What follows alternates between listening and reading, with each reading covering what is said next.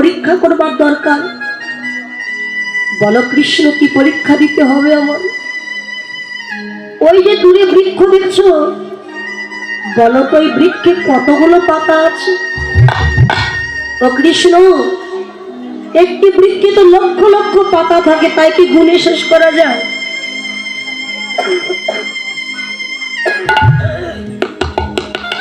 আচ্ছা বর্বরী, তুমি কি পারবে একটি তীর নিক্ষেপ করে গাছের সমস্ত পাতাগুলিকে ছিদ্র করে দিতে? যদি ছিদ্র করে দিতে পারো তবে তোমায় যুদ্ধে যাওয়ার অনুমতি হবে, নইলে হবে না। কি পারবে? ও ঠাকুর, আমার নিজের কোনো ক্ষমতা নাই, তুমি যদি আমায় কৃপা করো তবেই পারতে পারি। এই হচ্ছে একজন মহারথীর কথা। আমরা হলে কি করবো? হ্যাঁ পারবো, আমার সে ক্ষমতা আছে। কিন্তু বর্বরী তার এত ক্ষমতা, এত মহারথীরা মিলে 18 দিন লাগলো কুরুক্ষেত্রের যুদ্ধ শেষ করতে, আর বর্বরী বলেন আমি একদিনেই শেষ করে দিতে পারি।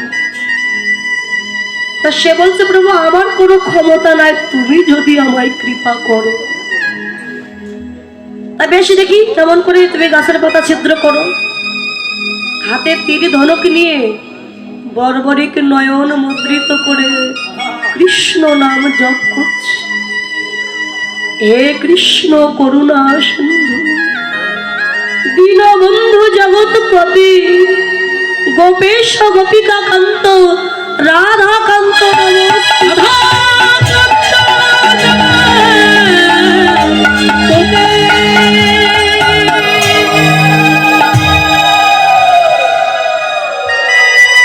যেই নয়ন মুদ্রিত করেছিল ভগবান তাকে পরীক্ষা করবার জন্য গাছ থেকে 2টা পাতা ছিঁড়ে নিয়ে লুকিয়ে রেখেছেন, একটি হাতের মধ্যে, একটি চরণের নিচে।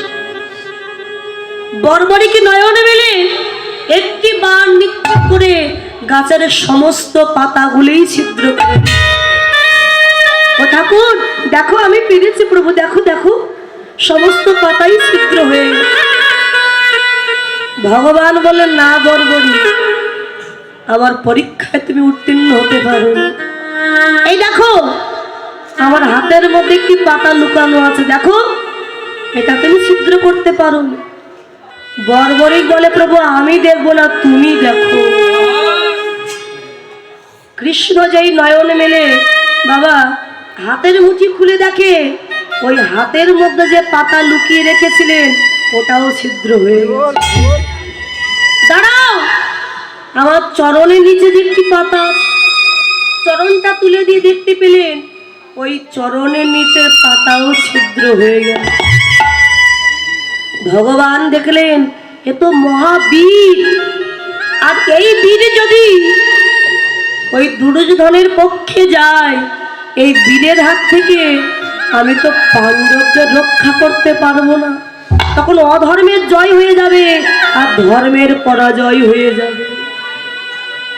ধর্ম রক্ষা করবার জন্য ভগবান বললেন বর্বরী যেহেতু কাল যুদ্ধ, তাই যুদ্ধে যাওয়ার আগে আগে আমার সঙ্গে তোমায় যুদ্ধ করতে হবে। ওঠাও তীর ধরো।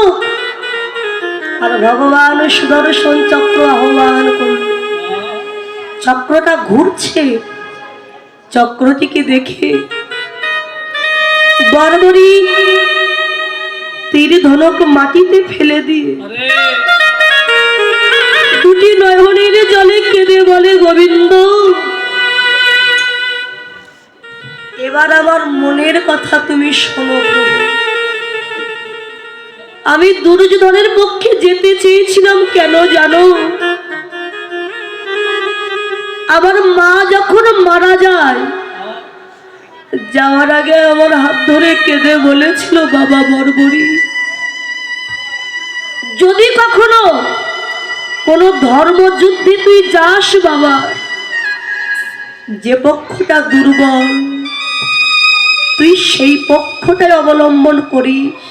ওরে নদীর স্রোতে সবাই চলতে পারে, কিন্তু নদীর যে উজান গতি, স্রোত চলছে তাকে উপেক্ষা করে উজান গতিতে চলা খুবই কঠিন বাবা। সবল পক্ষে সবাই যেতে চায়, কিন্তু দুর্বল পক্ষে কেউ যেতে চায় না। তাই তো দুর্যোধনের পক্ষে যেতে চেয়েছিলাম এই কারণে, যদি আমি দুর্যোধনের পক্ষে যাই, পঞ্চ পাণ্ডবের মতো কৃষ্ণ ভক্তের হাতে যে আমার মৃত্যু হবে। আমি চেয়েছিলাম ভক্তের হাতে মরতে, কিন্তু আমার ভাগ্যটা এতই ভালো যে স্বয়ং ভগবানের হাতেই আমার মৃত্যু হবে। আমার মতো সৌভাগ্যবান বলো এই জগতে আর কে আছে প্রভু? যেই না ভগবান কৃষ্ণ সুদর্শন চক্র দিয়ে বর্বরিকের মাথা কেটে দিয়েছে, দেহটা মৃত্তিকার উপরে পড়েছে, আরে মাথা ছুটে গিয়ে গোবিন্দের চরণ তলে গিয়ে গোবিন্দ বর্বরিকের কাটা মাথা বুকে জড়িয়ে ধরেছে।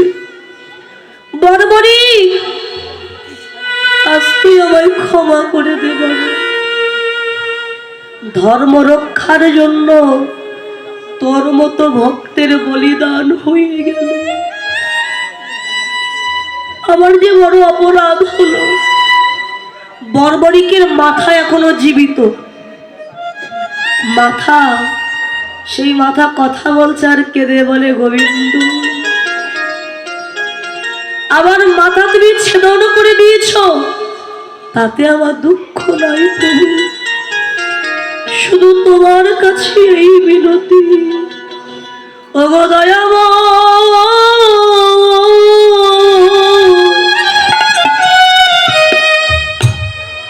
আজ যেমন আমি তোমার চরণ পেলাম,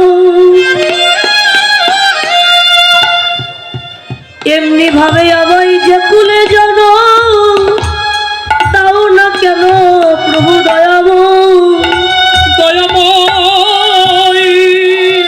প্রতি জনমে জনমে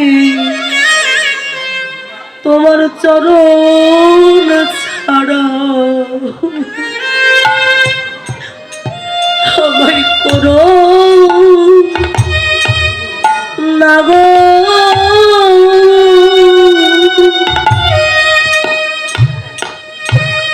আমার চরণ ছাড়া আমায় করো না, আমায় করো না গো। তোমার ওই চরণে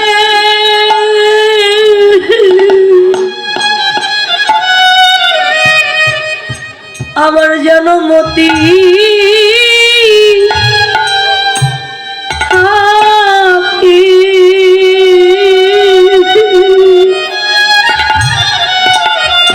তোমার চরণ ছাড়া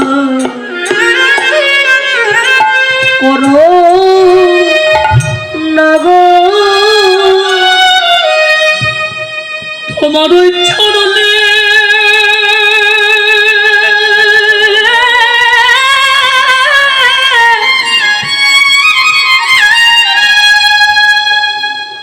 আমার মতি মতি থাকে, তোমার দয়াময়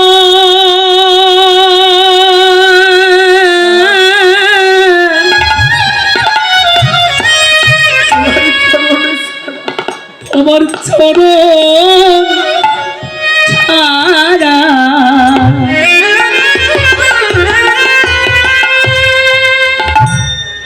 আমায় করো না গো। জানাই আমি কাঙাল বলে আমায় দিও না ফেলে, প্রভু গো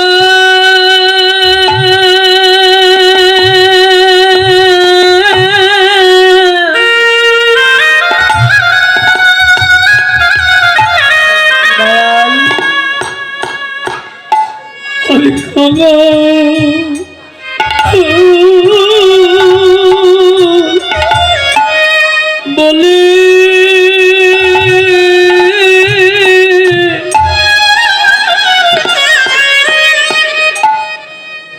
আমায় দিও না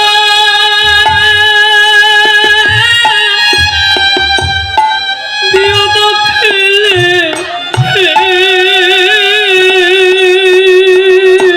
তোমার এই চরণে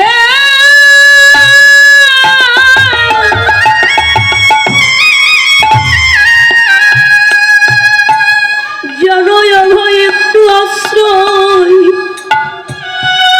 দিও।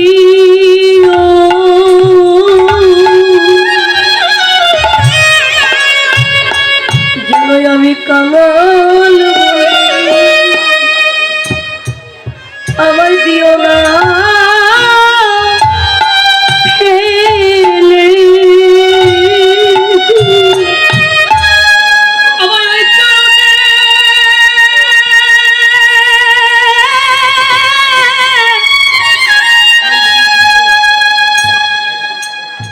আমায় একটু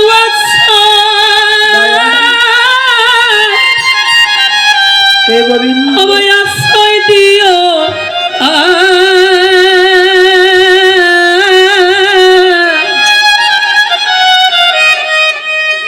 অগ প্রভু গো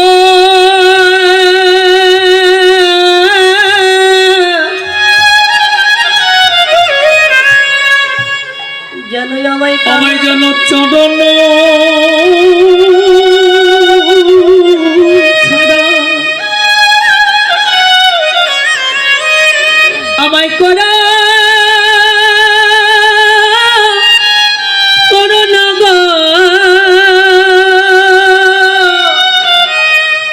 আমি বহু জনমে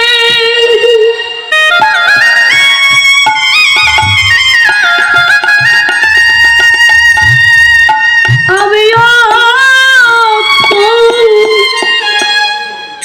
রাধি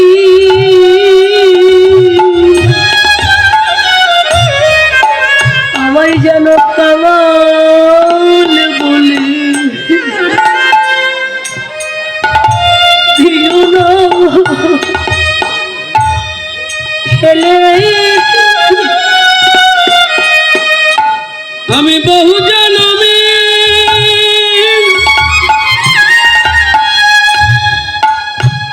আমি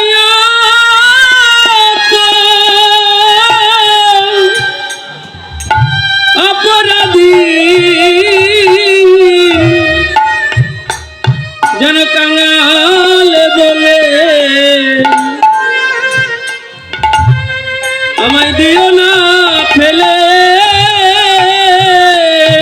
দয়াময় প্রতি জনমে জনমে যেন তোমার চরণ আমি পাই।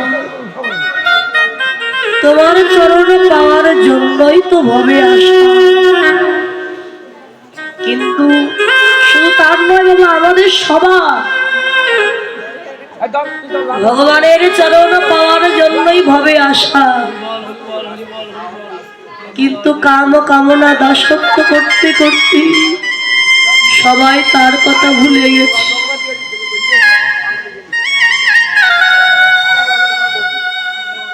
দয়াল এসেছিলাম তো যুদ্ধ করবার জন্য, যুদ্ধ তো আর করতে পারলাম না প্রভু, তা আশীর্বাদ করো যুদ্ধ করতে পারি বা না পারি, এই কুরুক্ষেত্রের যুদ্ধ যেন আমি নিজের চোখে দেখতে পাই প্রভু।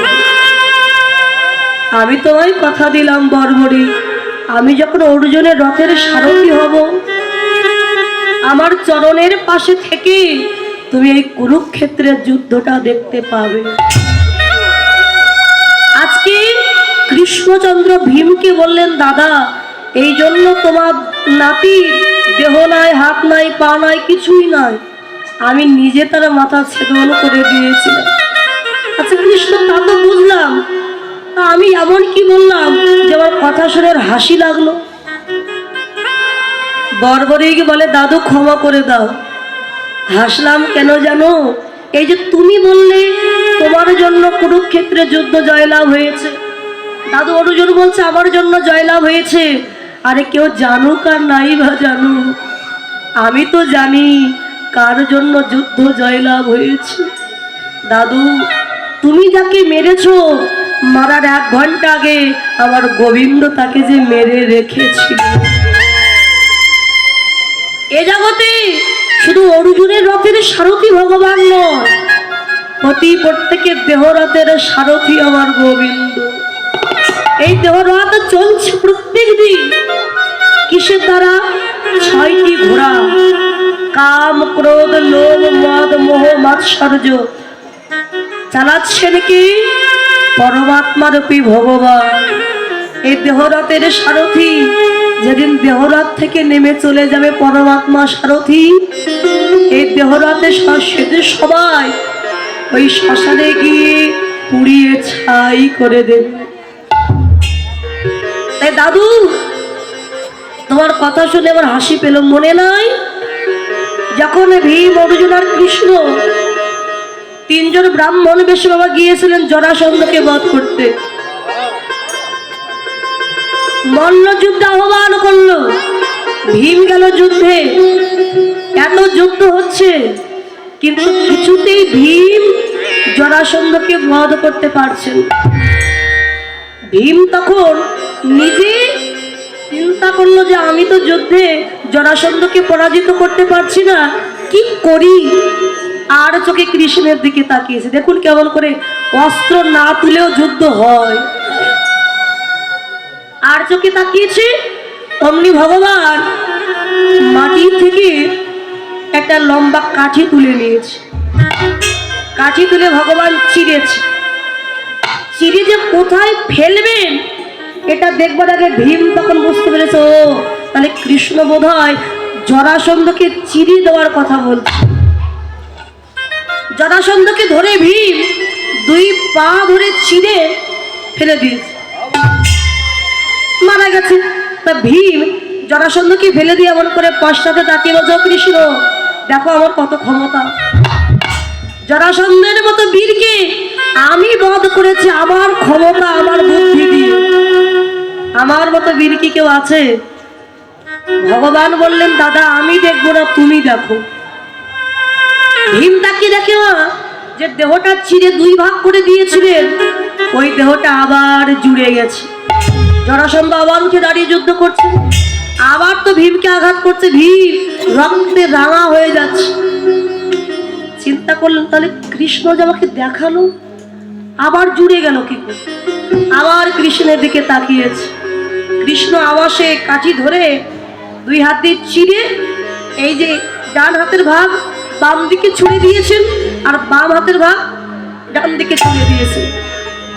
জরাসন্ধকে মারবার জন্য দেখিয়ে দিলেন। আর ভীম বুঝতে পেরে তখন তাকে নিয়ে আবার চিরে ডান হাতের ভাগ বাম দিকে ছুঁড়ে দিয়েছে, আর বাম হাতের ভাগ ডান দিকে ছুঁড়ে দিয়েছেন।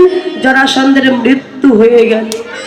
তাই অস্ত্র ছাড়াও যুদ্ধ হয় না বাবু? যুদ্ধ করেছিল কে?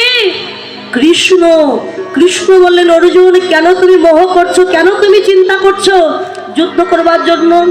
ভেবো না, এই কুরুক্ষেত্রের যুদ্ধে যারা দাঁড়িয়ে আছে আমি সবার মৃত্যুর কারণ হয়ে দাঁড়িয়ে আছি। তুমি যুদ্ধ না করলেও আমি যুদ্ধ করে এদের পরাজিত করব। কিন্তু আমি যে প্রতিজ্ঞাবদ্ধ যে আমি যুদ্ধ করবো না, অস্ত্র তুলবো না, তবে তুমি যদি যুদ্ধ না করো আমি যুদ্ধ করব। বিশ্বরূপ দেখালেন। অর্জুন দেখলো এখানে যারা দাঁড়িয়ে আছে সবাই কৃষ্ণ, আমি অর্জুন যুদ্ধ করছে, আমিও কৃষ্ণ। তাহলে ভগবান নিজেই বিশ্বরূপ দেখি অর্জুনের মোহ মায়াকে দূরীভূত করে দিল। দুর্যোধনের জঙ্গা ভাঙলো। আত্মনাদ ছিল কার? দুর্যোধনের। ভগবানের আত্মনাদ ছিল। অভিমন্যুর মৃত্যু হলো, আত্মনাদ ছিল কার? কৃষ্ণের। কর্ণের মৃত্যু হলো, দ্রোণাচার্যের মৃত্যু হলো, সবার আত্মনাদ ছিল কৃষ্ণের। সবার যন্ত্রণা কৃষ্ণই পেয়েছে। হরিবল।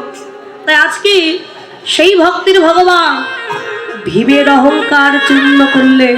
শোনো, জগতে সব থাকো, সব থাকা ভালো, কিন্তু অহংকার যুক্ত হৃদয়ে যদি আমায় কেউ ডাকে সে তো কোনোদিন আমার কৃপা লাভ করতে পারে। তাই বলেন গোপী কারা? কারা গোপী? যারা গোপনে গোবিন্দ ভজে তারাই তো হলেন গোপী। এবার মহাপ্রভু খোল করতাল নিয়ে নৃত্য গীত করছেন সুরধুনী গঙ্গার কোলে। এই যে পারিষদ ভক্তদের ও খোল করতালে